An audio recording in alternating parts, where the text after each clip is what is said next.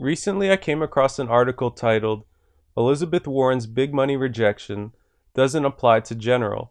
We've Got to Be Willing to Win, in which the author of the piece explained how Elizabeth Warren revealed that her commitment to rejecting big money would not apply to the general election if she so happened to end up being the Democratic nominee.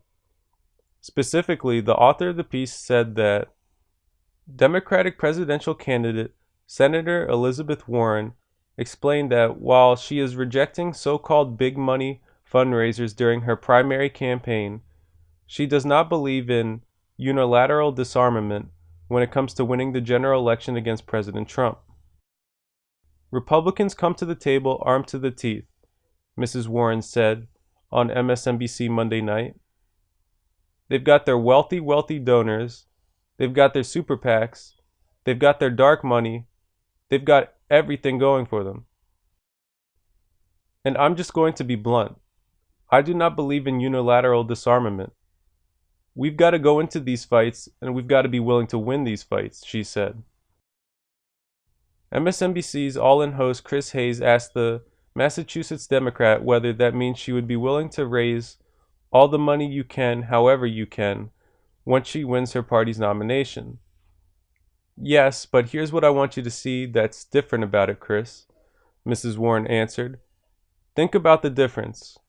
Once we're down to the two candidates, if the Democrats have spent the next year in a primary building this thing face to face, person to person, neighbor to neighbor across this country, think of the kind of foundation that we have laid down so that when we're really up against it in the general election, it's not just money to fund television ads.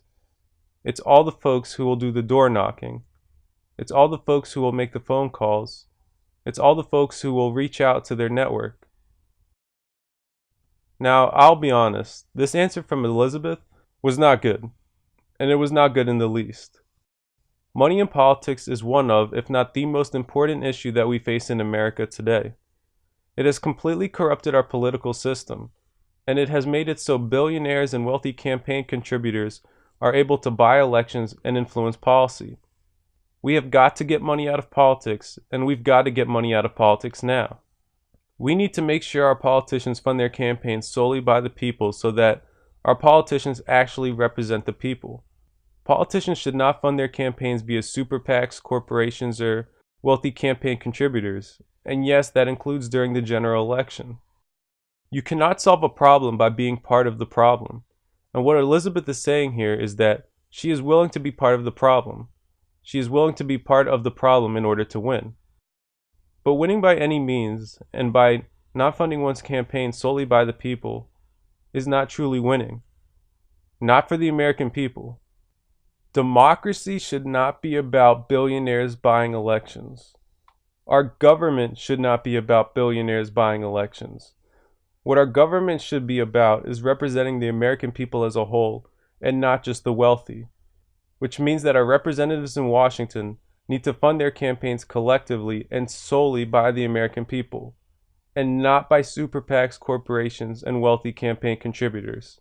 And yes, that means even in the general election.